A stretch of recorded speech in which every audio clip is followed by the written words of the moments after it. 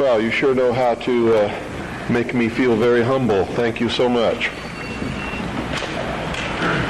I think one of the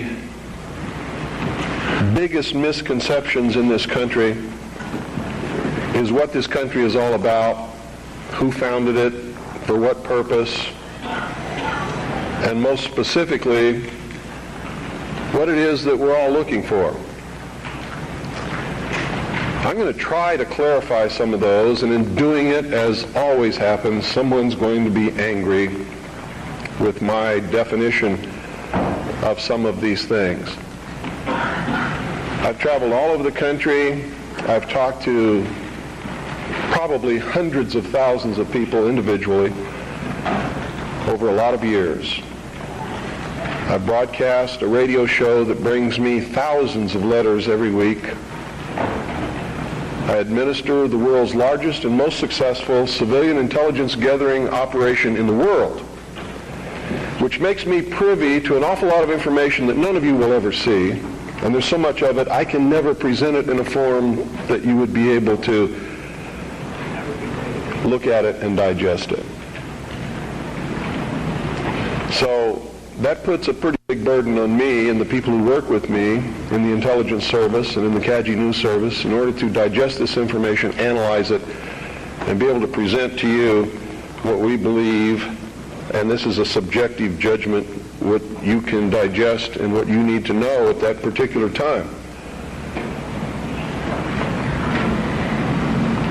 And in doing this, digesting all this information, reading all of these letters from people of every kind of background that you can imagine, every race, every religion, every kind of agenda. And believe me, there's an awful lot of agendas going on in this country that are dangerous to Americans. Being promoted by people who claim to be Americans, who claim to be patriots, and who claim to be doing the best for this country, including those who want to destroy it and bring about a one-world totalitarian socialist government. They sincerely believe in their heart they're doing the right thing for humankind. You see, nobody gets up in the morning and sets out to do evil. Nobody consciously does that. I've never met any person in my entire life who said, I'm evil, I'm going to do evil things, I like to do evil things, I want to do evil things. They don't exist, in my knowledge. They may exist somewhere, people like Jeffrey Dahmer. And I believe that even Jeffrey Dahmer probably rationalized what he was doing in his own mind to make it right. Isn't that the way we all do things? Even if we do something wrong and we know we're doing something wrong, don't we attempt to rationalize it in our own mind and to our friends to justify what we're doing? So I believe it's a great fallacy to set out to brand those whom we disagree with as being evil people. The result of their actions we may perceive to be evil. We may perceive it to be bad.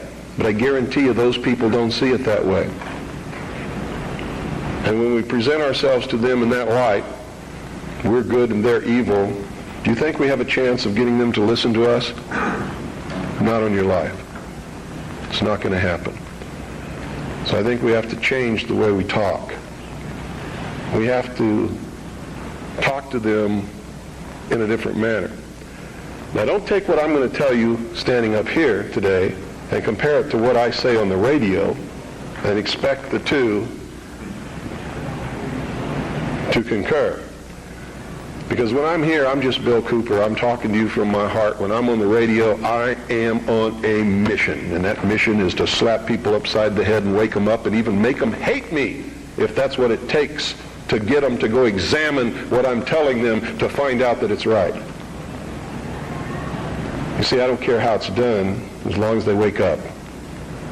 And if I have to be the bad guy that they're going to hate for the rest of their life, that's okay with me if I wake them up. But when I'm here talking like this, that's not my mission, because you're awake already or you wouldn't be here. You see? There's a difference between the people here and the people that I'm talking to over those airwaves. Big difference. An awful lot of you are steady listeners of the Hour of the Time and have been probably for many years. And when I'm talking on the radio, I know who you are, and I'm not talking to you. And I know that when you're listening and I talk about the sheeple, the stupid sheeple, it doesn't make you angry. You know why? Because you know you're not stupid sheeple, don't you? The person that gets angry has verified that I was right. Because he wouldn't get angry if he didn't know in his heart that he's a stupid sheeple. You ever been walking down the street, somebody comes running out and says, bank robber, stop that bank robber. Do you start running? Why don't you start running? Because you're not the bank robber, right? Do you get angry? No. Do you pay attention most of the time? If you're from a big city, chances are you don't even look around, right? Now, if you're from a small town where I'm at, people will come running out in the street to see the bank robber. Because it's a small town and not much excitement goes on there, unless the IRS comes to mess with me.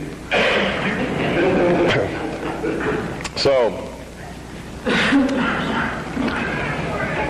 what I'm going to talk to you about today comes from my heart, from my experience in life, from playing this role as messenger, which I take very seriously, from my efforts to wake up the American people, from my family, from all the letters that I get, the people that I talk to, just like I've talked to many of you here today. I've learned some things. And I think these things need to be passed on to you. And I think you need to start examining yourself, your agenda, your mission. Who are you? What are you about? What do you believe about America? Is it true? Are you helping to divide us more? Or are you helping to bring us together? Do you really understand what this country is all about? Now, I know this is going to make some of you angry. That's okay. I know that it's going to open some doors for some of you. I hope that it'll bring us all a little bit closer together. And I hope that everybody, once you've examined your own particular agenda, will try to make it fit better into what we should really be doing.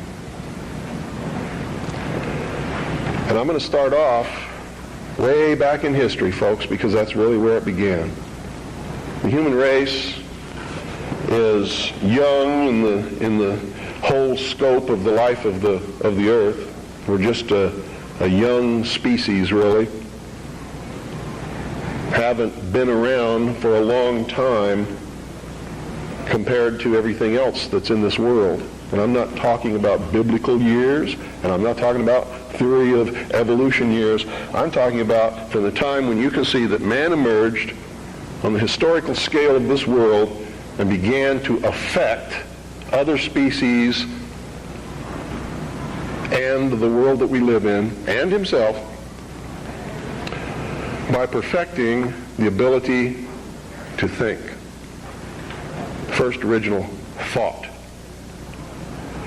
See, there used to be a time in history when man was just like all the other animals. He didn't think. He didn't know good from evil. He existed and lived by instinct just like the other animals did. If you want to believe the record that we can look back and see written in stone. Okay? If you want to believe that there were creatures that ultimately became this thinking man that you see standing up here in front of you and sitting out there amongst you, didn't have this ability. Now, if you doubt that, read Genesis in the Bible and you'll see that it's confirmed there. Wasn't there a time when Adam and Eve lived in the Garden of Eden? They were not to think. They did not know good from evil. They were just there to take care of the garden. Is that correct? So this concept and the biblical concept agree.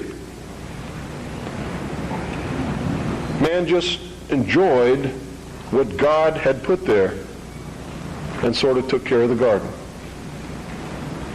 Any dentist will tell you that our mouth was not made for eating meat. It's So ancient man most probably ate vegetables and nuts and things like that, roots. Doesn't mean that I'm telling you to become a vegetarian, because I'm not. You see, I really believe in freedom. I believe you should eat whatever you feel like eating. That's your business. But that's known to people who study these things as the age of innocence. Something happened that brought man out of that state, and if you're talking from a biblical reference, out of the Garden of Eden and into the world. He wasn't innocent anymore. He understood that he was naked, and that his partner was naked. He could think. He could look around. He knew when something was good and when it was bad, just as we all do here. When somebody comes up to me and says, well, how do we know which is the right way to go? I know that person is setting me up to justify his bad deeds, and I won't do it. You always know. We always know which is the right way and which is the bad way. The bad way sometimes feels better, so we may choose that way and justify it by rationalization in order to make ourselves feel better about the bad that we did. In the mystery schools, they refer to this mystical time of coming out of the age of innocence as the Luciferian philosophy. I've tried to illuminate you with this for years on my radio broadcast. In the Bible or in the church, they talk about the fall of man. Same thing. There's only one difference between the Luciferian philosophy and the fall of man, is that those who talk about the fall of man believe in God, whether or not they believe in a Savior. They believe in God. The ones who believe in the Luciferian philosophy do not. Now here's how that works. In the Bible, we're told that Eve was tempted by Satan to eat of the fruit of the tree of knowledge of good and evil. God had commanded Adam and Eve not to eat of the fruit of that tree. If you do, ye will surely die. Isn't that the commandment? Lucifer, through his agent Satan, on the other hand, told Eve, God lied to you. He's holding back the fact that you too can become God. But first you have to eat of the fruit of this tree. And if you do, you will surely not die, but shall become as gods. Isn't that true? So, on the religious aspect, we see that as the fall of man because man disobeyed God.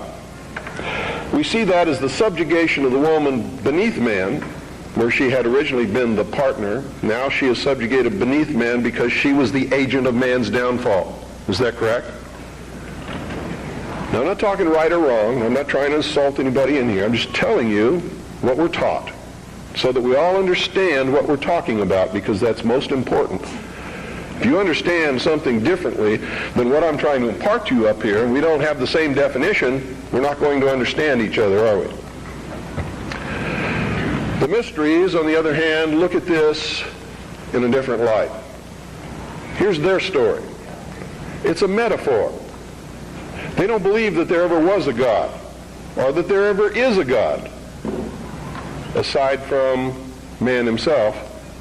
And man has not reached that state yet, but can, and this is what they teach in the lodges, that if you perfect yourself as the temple of the God within and become Christed, you've all heard this in the New Age movement, you too can become God. In her movie, running on the beach, spinning around, I am God. Go ask her early in the morning when she just wakes up and goes and sits in front of the mirror and looks at her aging face and tries to cover it up with makeup if she's God. She may tell you a different story about that time. Around noon, she might be feeling better and become God again. But this is the reality of the human condition. We'd all love to be gods, wouldn't we? My question to Shirley MacLaine at one time was, please, Shirley, could you make me a universe? She sort of looked at me with this hurt look on her face as she confronted her mortality and realized that she was not God because she could not make me a universe. She couldn't even make herself a universe. She can't even make herself look young again. She's having a hard time paying some of her debts. God doesn't have that problem, does he? And in her case, she. Here's the way they look at it. Here's their metaphor for the end of innocence. Adam and Eve were held prisoner in the Garden of Eden by an unjust, cruel, and vindictive God.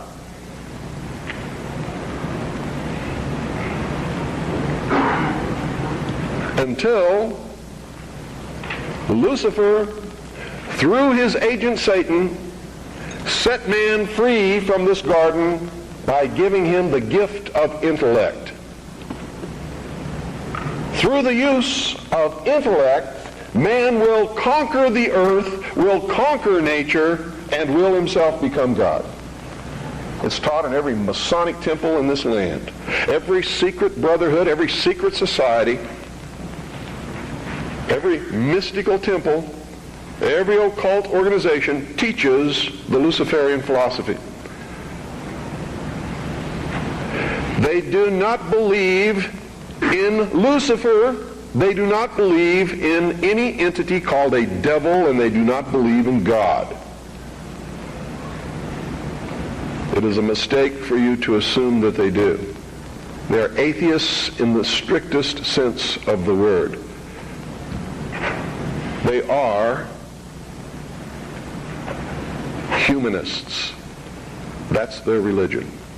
At the highest level, their goal is to create a world in which the adepts, the 1,000 points of light, working behind the veil to create the culmination of the great plan, can realize the ultimate happiness for mankind. That's why they don't oppose pornography.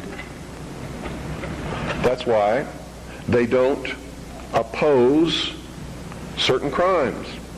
That's why they say you should not be put in jail for the rest of your life for murder or anything else. There should be no death penalty because it was a learning experience. And having gone through that learning experience, you're a better person now. This is what they teach. They believe punishment for these crimes is nothing more than vengeful retribution, which is wrong in their eyes.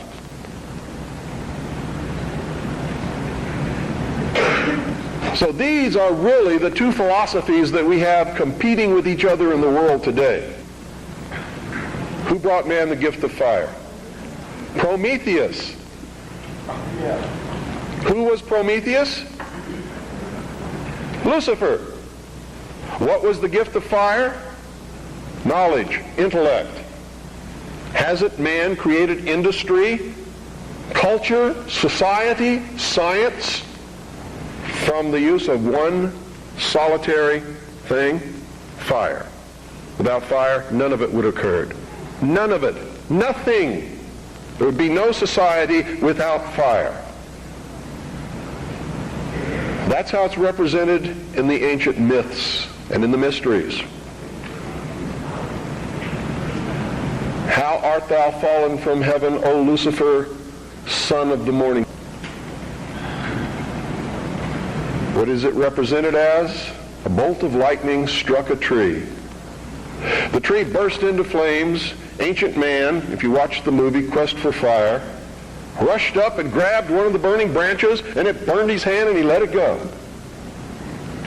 He probably didn't go any farther than that the first time. Second time, he may have found a deer that had been roasted by the heat of the fire in the forest. And being hungry, maybe he partook of some of that meat and found that it tasted pretty good. Also, the fire was warm and didn't get cold at night. And this is where the whole battle between the forces of light and darkness comes from. Man sat up on a rock one night watching the sunset and said, "Boy, I'm in deep trouble now." I can't see in the dark. There's wild beasts out there. There's tigers with teeth 7 inches long that want me for dinner. What am I going to do? He didn't know what to do.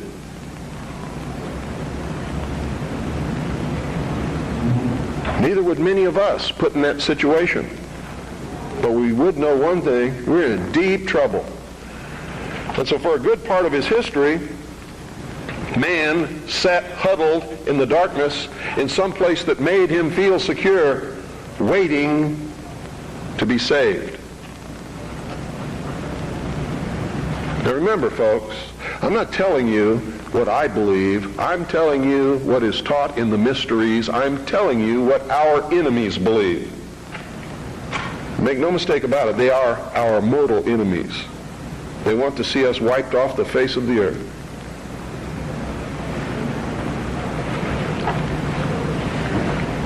Man huddled in this darkness, fearful, trembling, cold, hungry.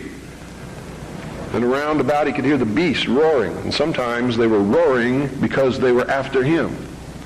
And sometimes he was eaten.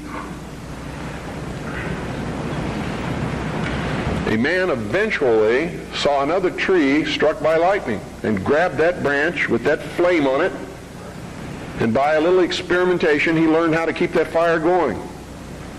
And if he could keep the fire going, he knew something nobody else knew, and he became the first king, the first priest, the first scientist, all rolled into one. And he would burn this fire and keep it going. And other men in the cold of the night, wanting to escape from the terrors that were out there, would gravitate toward this glow. And they would see this man sitting there. And if he was kind, he would let them come to the fire. And they would be warm. And they would be protected, because if the wild beast came, he'd pick up a branch and shove it in its face, and the beast would go away. And so the forces of light overcame the forces of darkness, and in the sunshine of the morning, the newly risen, resurrected child that had died the night before, their Savior, warmed them and saved them from the terrors of the prince of darkness. You have to study these things to understand your enemy. Any general who ventures upon a battlefield without understanding the enemy is doomed to defeat.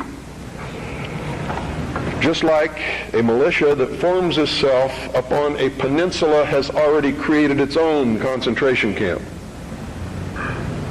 unless it has a navy.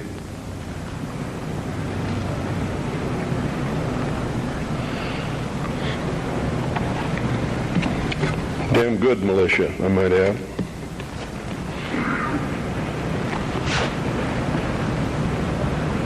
What is the upshot of this? What am I getting at here? These people believe, and they have conducted themselves according to their belief and their philosophy since the very dawn of man. These people learned how to control others through the use of a hidden knowledge. This ability to keep that fire going was a technology that nobody else knew. By observing the fire, by keeping it going, by creating ceremonies around this fire, they became a mystery to the others. A mystery always holds sway over those who don't understand it. And the priesthood was born. No king ever existed without the permission of the priesthood. And I don't care what religion you're talking about or what period of history you're talking about, it is the truth. The kings never had the power and don't to this day. Kings exist at the whim of the real power, which is the priesthood standing behind the throne. And when the king ceased to be of benefit to the priesthood, they would simply poison him or get rid of him in some other way. The king is dead, long live the king, and there would be another king appointed. There was even a time in history when the king was a sacrificial king. just like John F. Kennedy was in the Temple of the Sun known as Dealey Plaza. They would pick a young man at the height of his virility, appoint him king for 1 year. During that time, he could do or say or command whatever he wanted. The priesthood was always there to make sure he commanded the right things. Have any woman that he wanted. And at the end of the year, he was ceremoniously sacrificed upon a rock, his heart ripped out, his body dismembered into 14 pieces and scattered over the land. And this is where the legend of the Osirian cycle began. It was to ensure the fertility of the crops of the next year. And young men would volunteer for this in their patriotic duty to their kingdom, to their family, so that they could have prosperous years. Much as our young men may volunteer to rush out over the water to a place called Kuwait or Iraq and die in the God-forsaken sands of a place that nobody can even find on a map, I never heard of until it happened, all so that he can be called a patriot, someone his family can be proud of. It escapes me how they can ever arrive at these conclusions, but they do, and the priesthood always takes the most advantage of this willingness to sacrifice oneself upon the altar of his country. The problem with it is very seldom really for the country. It's for the advancement of the agenda of the priesthood, whoever the priests happen to be at the time. Am I attacking the church? You better believe it. All churches, all organized religions that have existed since the beginning of the time. Am I attacking the religion of individuals? Never, not on your life. He wasn't trying to create a big church. He knew what happened to those things. And you're all wrong about that man. When you say you shouldn't get angry, you shouldn't curse, you shouldn't do things that upset other people, because that's what Jesus spent his whole life doing. He threw the money changers out of the temple. Don't you think that made some people angry? Don't you think it was rude to walk up to somebody's place of business, smack them in the mouth, grab their table, and throw it out the door? What about the time he cursed the fig tree? You know, pious Christians sometimes make me very angry. They don't even know Christianity. They don't know the man they're following. He was a revolutionary. He was a dangerous man. And by God, so am I. And so should you be. This country was founded by dangerous men. And the moment the people in this country cease to be dangerous men, it's going to be the day we cease to have a country. Their whole goal with this philosophy is to teach all men and women that the only end of life is to seek the utmost pleasure and happiness that you can get out of it, because when you die, there's nothing else. That's what they teach. That's what they want you to be.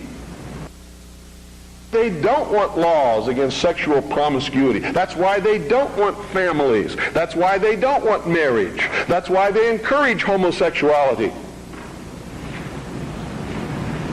There's a method to their madness. There's really not much method to yours. because you're operating from a place of ignorance. And until you change that, you're going to be bumbling around, bumping into each other, saying and doing the wrong things, not understanding the nature of your enemy. And if you don't understand the nature of your enemy and the weapons they use, you cannot fight that enemy. You can't fight the battle. You shouldn't even be on the battlefield. That's why you're losing the war. And don't tell me you're not, because I'm in a place of great knowledge about who's winning and who's losing this war. And I can assure you, you're losing the war. Doesn't mean it can't be turned around. But it'll never be turned around until you learn what you need to know. You don't even recognize half the weapons that they use against you. And some of them seem so insignificant that you don't even try. They want to create a world where everybody is happy all the time, doing all of the things that, if you're from a good religious upbringing, is wrong to do. If you're not from a religious upbringing, but you have a good brain and you understand the purpose of morals and ethics, it's still the wrong thing to do. If you're a thinking person. And then the priests had an army. Oh boy, weren't they happy with that?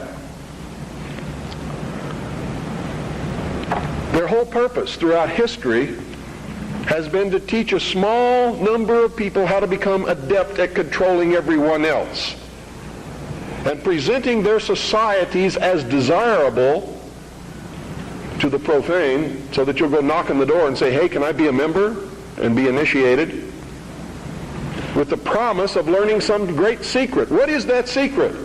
The secret is what I have just told you this morning. The secret is how to control everybody else. And you never understand how to control everybody else until you get to the top of this pyramid of initiation. Most people never make it past the third step.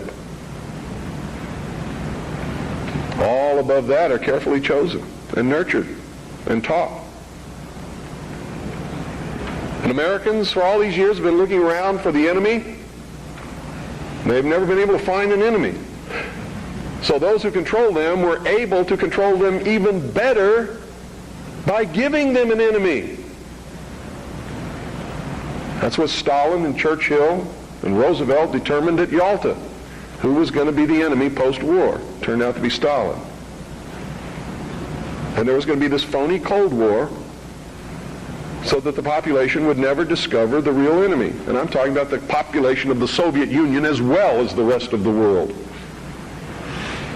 You see, the enemy has always been here. It's your uncle, your aunt, your father, your mother, your brother, your sister, your nephew, your nieces, who belong to the fraternal orders collectively known as the mysteries. The very highest degrees of which, combined together, make up a secret order known as the Illuminati. Their goal is to destroy all existing religions save theirs, all existing governments save theirs, and shackle the mob in a system of eternal oppressive debt chained to a computer for the rest of their life, in a propagandized world to make them believe that they are happy in this system. Now, do you think they're succeeding? Yes. Haven't I described to you just now exactly what is going on in the world today? Yes, they're succeeding. They're succeeding because the American people don't understand their enemy. They don't even know what's happening. People were extolling the virtues of Pat Buchanan and actually considering voting for that man for president, and he sent them all a postcard. And on the front of that postcard, he identified himself as a high priest of the mysteries. Because on the front of his Christmas cards that he sent to all of his followers was the penis of Osiris, the phallus, the obelisk. with a nice red bow tied around the base, which represented the testes. You know what he was saying to you? Are there any children in here? He was saying, he was laughing at you. And so was every other member of the Illuminati. He was a highly degreed member of the sovereign and military order of the Knights of Malta, which was taken over in the Peasants' Revolt in England by the Knights Templars, who had sworn revenge upon the old Hospitallers of St. John's, which later became the Knights of Malta because of their role in the suppression of the Templars. How many of you watch Trinity Network? How many of you watch Pat Robertson? You ever seen the cross in the crown? Do you know what that means? It's the symbol of the Templars. The Knights Templar. It is the symbol of the unification of the church and the government over the people. Is that what you want? Every time any church gets control of government, the people suffer. It has always happened. That's why our founding fathers established a country where that was not supposed to happen, where everybody was free to worship at the altar of their choice. And if you think they were all of one mind, you better think again. How many religions of the Protestant group do you think existed in this country when our founding fathers put together the Constitution? Over 1,500 different groups, all claiming they were right, teaching a different dogma, quoting Scripture to justify what they said, and everybody else was going to hell. So don't give me this Christian nation bullshit, because that's what it is. This nation reflected Christian values because the people who made up the government in the early days were Christian, but none of them agreed with each other, and they still don't today. They very seldom ever have. What do you mean by Christian? Seventh-day Adventist? Branch Davidian? We need to do some serious evaluating, some very serious checking out of agendas. You really want to take over the government and make it a theocracy? Because I'm going to tell you exactly what's going to happen if you do that. You're going to burn people at the stake who disagree with you. And if that happens, I'm going to have to take up arms all over again. And so will many of you, because you're going to be persecuted. You see? Because whichever one controls the government, you're going to have to conform to that teaching, and if you don't believe in it, you're a heretic. Do you understand what I'm talking about? What is our common bond truly? Freedom. Freedom. Without freedom, you can't be a Christian no matter what denomination you belong to. You can't be a Buddhist. You can't own a donut shop. You can't drive from here to Oregon. You can't be an American, because that's what it's all about, and that's the only thing that it's all about. Nothing else. Nothing else. It's about freedom. Freedom. Only freedom.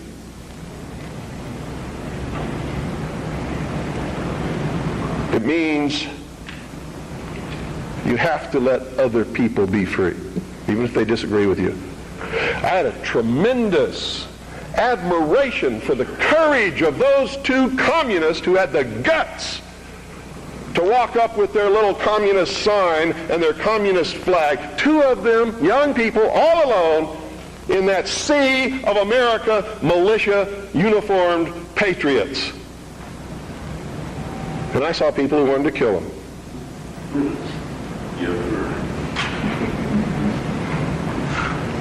You know, I don't like their philosophy. They're misled, misguided. Communism is a terrible thing. But they had guts. And I had a great respect for them. And I believe in freedom.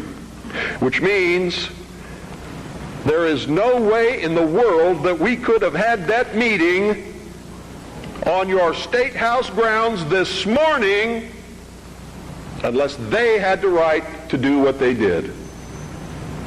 Then you had better understand that. Because if you stop them from having their freedom to make their political statement, you have stopped yourself. You have stopped everyone. And that must never happen in this country. It must never happen in this country. Because if it does, there'll never be another congregation like this, and you'll never hear me speak again because I'll be dead. And so will most of you. This country's about freedom. Because only with freedom can you have all of the other things that everybody professes that they want. It's the only way it can be done. I hear all kinds of misconceptions and misstatements. I have the freedom of the press. No, you don't. No, you don't. The man who owns the press has the freedom of the press. And he can say in his press whatever he wants, but you can't. That's why I get angry with Americans when they say, the Jews control the press. Who sold it to them? How'd they get it?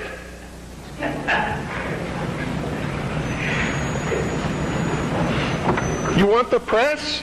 Start a press. You want to be on the radio? Do it. But stop whining. Stop bitching. Stop complaining. That guy that owns the press, that's his press. He can do with it what he wants. Just like you do with your car what you want because it's your property. He doesn't owe you anything unless you've got a contract with his signature on it that says he will print what you say.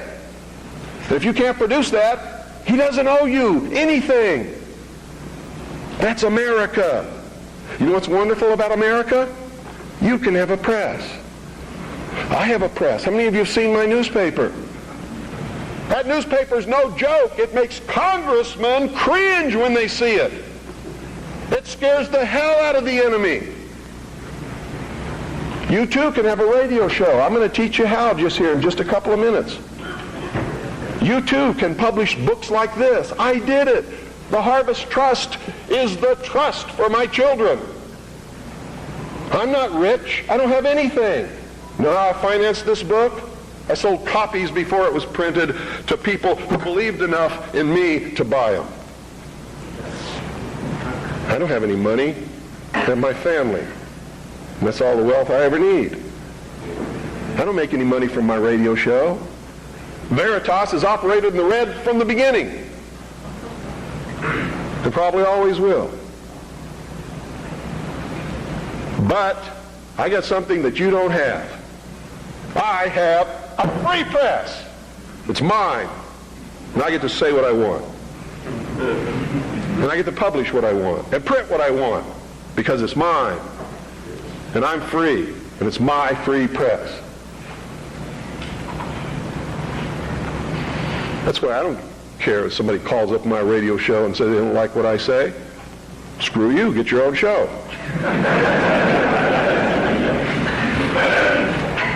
I don't care that they complain because I won't let them talk on my radio show. Screw you. Get your own radio show. This is mine. Belongs to me. I don't have any contract with you. I don't owe you anything. I was speaking in California one time. A lady stood up in the middle of the crowd and said, "You make me so angry. You're a terrible man. Why didn't you tell me this years ago?" She was lucky I was telling her then. I didn't owe her anything. But she blamed me because she didn't have the information that I was imparting to her on that day years ago. And I had it years before that. I didn't know how to do it. I would have. Oh, God, I would have. You don't really understand sometimes what a terrible burden it is to know some of the things that I know and try to wake people up and impart this knowledge to them and find out that they just have walls built in front of them. They want to be slaves. But we're making some chinks in those walls.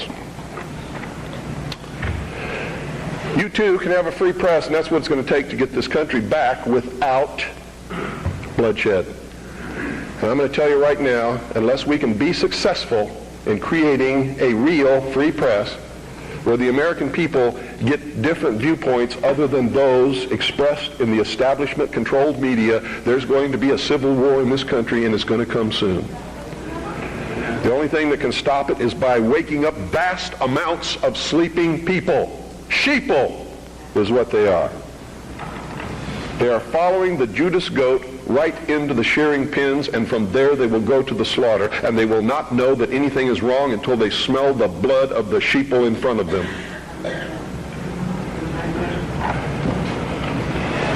Anybody can publish a newsletter or a newspaper. Anybody. It is not expensive. It is not difficult. And everyone in this room should be doing it all across this country. And everybody that you come in contact with, you should encourage them to do it. And we should flood this nation with information. Not rumor, not opinion, not bullshit. Documented fact. Everything you print must be documented. If it's not, eventually people will stop reading your newsletter or your newspaper. Because all they have to do is check out a few things and find out it's not true, and you're finished. You must publish only documented fact. And you must stay away from printing articles from people who will not document as fact what they put in their articles. That's why my broadcast scares the hell out of socialists. That's why in a White House memorandum I was named as the most dangerous radio host in America, not because I'm going to go out and shoot somebody, but because I shoot documented facts which cannot be refuted. That's why. That's what's dangerous. Seek ye the truth, and the truth will make you free, and nothing else will do it. Jesus Christ has never lied to anybody. Why won't you listen to him? Don't spread a rumor. Spread the truth. Document it. Prove it.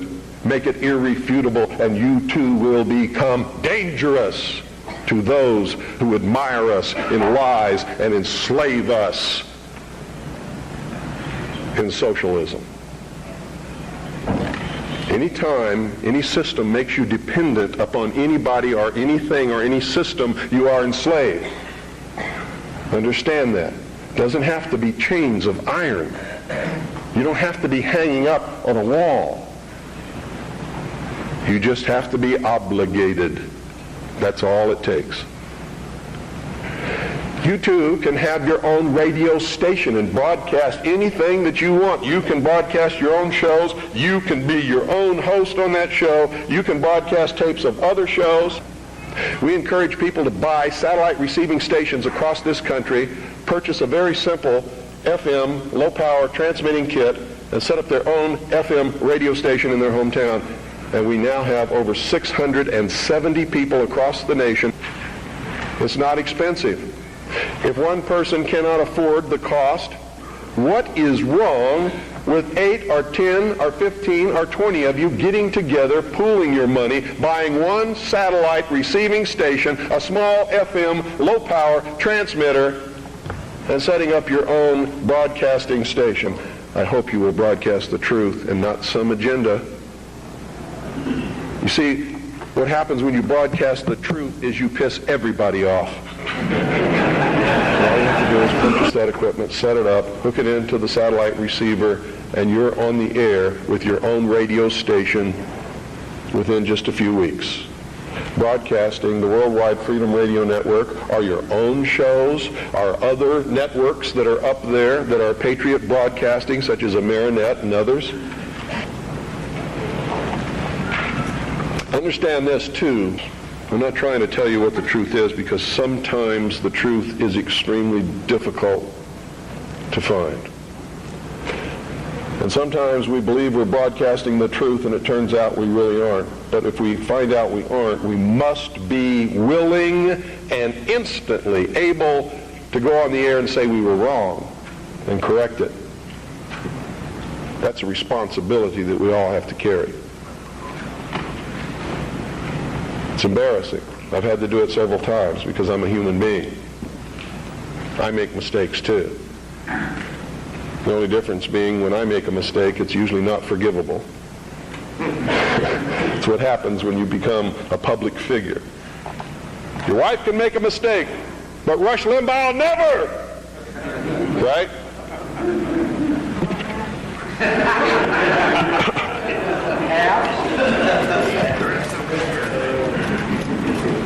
I want you all to get interested in this. All of you should be publishing a newsletter or a newspaper. All of you should be documenting what you publish. All of you should have a satellite receiving station and be rebroadcasting programming to your neighborhood. All you got to do is make sure that you're broadcasting on a frequency that's not interfering with any other broadcast. Which means you don't just check it at your house. You get in your car and you drive out 25 miles and all around, and you make sure that there's nobody else on that frequency before you use it, so you know you're safe. In my little town of Eager, which is a very small town, between Springerville and Eager is 2 miles. Another 2 miles either way, and you've covered everybody in the valley. And I'm up on a big mountain in the middle of this valley where the town surrounds the mountain, and I'm broadcasting 6 miles in every direction in my town. And it's militia country. Arizona is dangerous for socialists. And when the war starts, heaven help whoever they send to fight in Arizona. Because it's still really kind of like the old West days. In a lot of places, it's dangerous. Where I live, Ike Clanton made the sheriff angry one day. The sheriff rode 25 miles, grabbed Ike Clanton by his hair, and drug him to jail by his hair. Which brings me close to the end of my, I think it is. How much time do I have? 3 more hours.